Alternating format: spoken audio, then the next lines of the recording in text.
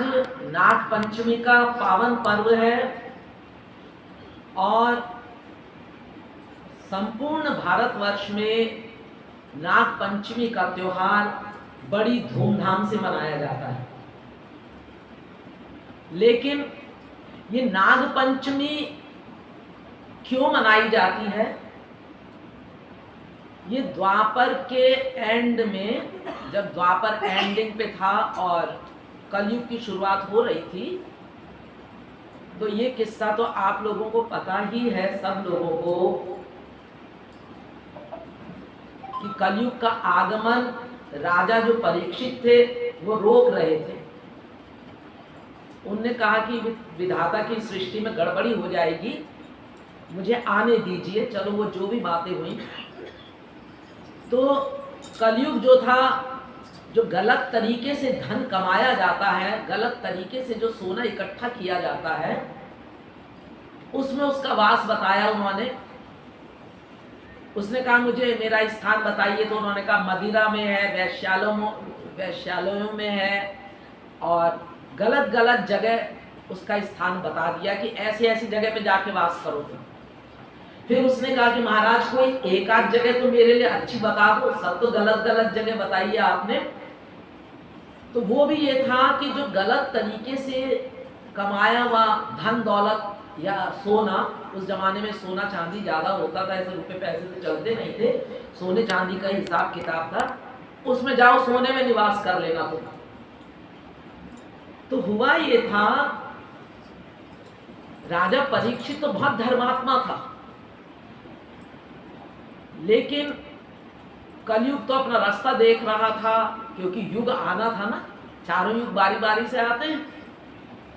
तो जरासंध का मुकुट, पांडव लोग जरासंध को जीत करके, और उसका मुकुट उन्होंने खजाने में रखा हुआ था। उसको उन्होंने केवल जितने राजाओं को जीतते थे उनका मुकुट लाके वो खजाने में जमा कर देते थे अपने। अब ये जब गए हैं हिमालय और परीक्षित को राज्य दिया है, तो बहुत छोटी उम्र के रहे, 15-16 साल के रहे होंगे, 16-17 साल के। अब उसको नहीं पता कि कौन सा क्या मुकुट है। तो एक दिन शिकार खेलने के लिए जाते हुए उन्होंने भूलवश, अज्ञानतावश, जानते नहीं थे कि मुकुट कौन सा है, और जरासंध का मुकुट धारण कर लिया। अब जरासंध तो वैसे ही राक्षस है, उसने तो लोगों की हाय ले करके और कितने मार कुटाई करके गलत तरीके से सब अपना धन दौलत खजाना बढ़ाया था। तो उसका जो मुकुट था उसमें सोने का वास हो गया, वो उनके सिर पे सवार हो गया। अब जब कलयुग का उनके मुकुट में सवार हो गया, यानी उनके मस्तिष्क में सवार हो गया, ऐसे हमारे यहाँ कथा आती है। तो राजा शिकार खेलने गए, जब उस मुकुट को पहन करके, तो वन में भटकते भटकते बहुत दूर निकल गए, और जब वो बहुत दूर निकल गए तो उनको प्यास लगी। पानी पीने के लिए वो इधर उधर भटक रहे थे, तो एक कुटिया दिखाई दी जिसमें एक ऋषि अपनी समाधि में लीन थे। अब ऋषि तो आंख बंद करके समाधि में लीन है। समाधि में जो ये योग मार्ग की, ज्ञान मार्ग की, जो ब्रह्म की समाधि में ये लोग रहते हैं अपना, तो ये ब्रह्म में एकत्व को प्राप्त रहते हैं उतनी देर के लिए। तो चूंकि वो ब्रह्मानंद में लीन रहते हैं, उस आनंद में लीन रहते हैं ब्रह्म वाले, तो बाहरी शब्द समाधि में नहीं जा सकते। राजा ने कहा, घोड़े से उतरा कि मुझे बहुत प्यास लगी है ऋषिवर, मुझको पानी पिला दीजिए। लेकिन ऋषि के तो कान में वो शब्द गए नहीं, क्योंकि वो तो समाधि में थे। अब चूंकि इनके सिर पे कलयुग सवार है, या वो समय आना था, या वो होना आती, क्या कहा जाए इसको, राजा को बड़ा गुस्सा आया कि एक तो मैं यहाँ का राजा हूँ और मैं इनसे पानी मांग रहा हूँ और ये मेरे को अवॉइड कर रहे हैं, इन्होंने मुझे पानी पीने को नहीं दिया। तो वहीं कहीं एक मरा हुआ सांप पड़ा हुआ था। राजा ने अपने धनुष से उठा करके उस सांप को उस ऋषि के गले में डाल दिया। ऋषि की तो तब भी समाधि नहीं खुली, क्योंकि उनको बाहरी जगत का भान ही नहीं है। वो तो अंतःकरण की उपाधि पर निर्विकल्प ब्रह्म की समाधि में लीन है। राजा चले गए उनके गले में मरा हुआ सांप डाल के। अब जब ऋषि के पुत्र आए तो उन्होंने देखा कि हमारे पिता के गले में किसने ये मरा हुआ सांप डाला है। उनका बड़ा दिमाग खराब हुआ। उन्होंने अपने दिव्य शक्ति से ये जान लिया कि राजा परीक्षित ने अपराध किया। हमारे पिता तो समाधि में बैठे हुए थे और इन्होंने जबरदस्ती उनके गले में मरा हुआ सांप डाल दिया। उन्होंने हाथ में संकल्प लेके जल और कहा कि 1 हफ्ते के भीतर परीक्षित को तक्षक नाग डस जाएगा, मर जाएगा परीक्षित 1 हफ्ते में। ये उन्होंने श्राप दे दिया। अब जब ऋषि की समाधि खुली और उन्हें जब सब बात पता चली तो उन्होंने कहा, वो तो बहुत धर्मात्मा राजा है, तुमने तो बड़ा अपराध कर दिया, क्या कर दिया तुमने। लेकिन अब श्राप तो वापस हो नहीं सकता। तो तक्षक ने राजा को डस लिया हफ्ते भर बाद। वो सब पता आप लोगों को, भागवत की कथा सुनी उन्होंने, जो भी था। अब परीक्षित का बेटा था जन्मेजय। जब उसको ये पता चला कि मेरे पिता का ऐसे कोई कसूर नहीं था, अनजाने में ये सब हुआ, दंड दे देते, कुछ भी कर देते, लेकिन इन्होंने तो 7वें दिन में उनको मरवा डाला कि तक्षक खा लेगा उसको। और तक्षक ने क्यों काटा, क्यों डसा तक्षक ने? जन्मेजय को बहुत गुस्सा आया, उन्होंने सर्प यज्ञ करवाया कि जितने सांप हैं सब अग्नि में भस्म होने लगे।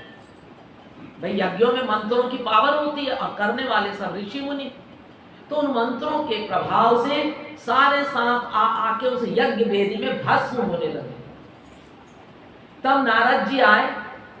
नारद जी ने कहा, तुम क्या कर रहे हो? कितने निरीह प्राणियों की तुम हत्या कर रहे हो। अरे हमारे पिता को तक्षक ने डसा है तो हम जो है सांपों को ही समाप्त कर देंगे, रहने ही नहीं देंगे। तब नारद जी ने कहा कि ईश्वर की सृष्टि में एक ये जो सर्पों की जो योनि है, तुम तो इसी को खत्म करने पे तुले हुए हो। योनि खत्म नहीं करनी चाहिए, क्योंकि सारी प्रकृति में डिसबैलेंस हो जाएगा। जैसा ब्रह्मा जी ने ये सृष्टि की रचना करी है, 84 लाख योनियां बनाई हैं, उसमें एक सांपों की योनि भी है। तुम ये क्या कर रहे हो? और इन निरीह सांपों का क्या कसूर है? अरे तक्षक ने डसा है तो तुम तक्षक को कर देते, जो भी करना था, दंड देते उसको। लेकिन इन बेचारे निरीह जीवों की यह हत्या वाली बात बिल्कुल गलत है। ये तुम पाप कर रहे हो और इन जीवों की हत्या मत करो, तुम रोको इस सर्प यज्ञ को। और फिर उन्होंने कहा कि अब तुमसे ये गलती हुई है कि इतने सांपों को तुमने मारा है, इसलिए अब तुम सांपों की पूजा करो। नाग देवता की पूजा की गई है, उनको जो भी भोग वोग लगाया गया है। तो उस दिन से ये नाग पंचमी का त्योहार मनाने की परंपरा शुरू हो गई। तो वही नाग पंचमी आज के दिन आप सभी लोगों ने मनाई होगी, और लोग अपने अपने ढंग से क्षेत्रीय वाइज, जैसा जिसके यहाँ जो भी परंपरा होती है, सब लोग अपने अपने ढंग से नाग देवता की आज के दिन पूजा करते हैं। लेकिन हम लोग तो राधा कृष्ण के भक्त हैं, और हम लोगों की पूरी पूजा उपासना जो भी है वो भगवान नाम संकीर्तन, भगवान नाम गुणगान, भगवान के गुणों का गान करना, उनके नाम का संकीर्तन करना, यही पद्धति श्री महाराज जी ने हम जीवों को सिखाई है। और हर त्योहार मनाने का यही एक उद्देश्य है कि किसी भी तरह हमारा मन भगवान में लगने लगे। और भगवान में मन लगाने के लिए कुछ लोग नाम जप करते हैं, कुछ लोग नाम संकीर्तन करते हैं। नाम जप में एकांत चाहिए, और एकांत में कोई बैठता भी है तो भी मन इधर उधर भटक जाता है। एक ही नाम जपते जपते व्यक्ति बोर होने लगता है। मन का नेचर है, मन को नया नया विषय चाहिए। इसलिए नाम जप की अपेक्षा नाम संकीर्तन का विशेष महत्व है। दूसरा, नाम संकीर्तन में जब संगीत की लहरियों में मन डूबता है, हम वाद्य यंत्रों के द्वारा भगवान का गुणगान करते हैं, नाम का गान करते हैं, तो उतनी देर के लिए जितनी देर हम खुद गा बजा रहे हैं, उतनी देर के लिए हमारा मन कहीं भी उधर उधर नहीं भटकेगा, मन लग जाएगा। जो भी हम गा रहे हैं उसके भावों पर विचार करते हुए कि इसमें ये कहा जा रहा है, इसमें ये कहा जा रहा है, उसी का रूप ध्यान करते हुए, उन्हीं भावों में डूबते हुए कीर्तन करिए, गुणगान करिए और प्रभु का ध्यान करिए जैसा उसमें बताया गया है। तभी तो कोई त्योहार मनाना सार्थक है। अन्यथा कोई लोग पूरी कचौड़ी बना लेते हैं, कोई लोग कुछ कुछ बना के और अपना हर त्योहार में बहिरंगता, तो बहिरंगता ना हो करके हमको प्रभु से ये प्रार्थना करनी चाहिए कि हमारे अंतःकरण को शुद्ध करिए और हमको अपने संत से मिलाइए। फिर इतनी पावर भी हमें दीजिए कि हम उसको पहचान सकें और फिर हमको उस संत के द्वारा जो भी हम साधना उपासना करें उससे आपका दिव्य प्रेम प्राप्त हो। तो नाग पंचमी मनाने का हम सभी भक्तों का तो यही एकमात्र उद्देश्य है, यही लक्ष्य है कि हरि गुरु के चरणों में प्रेम बढ़े। बोलिए लाडली लाल की जय।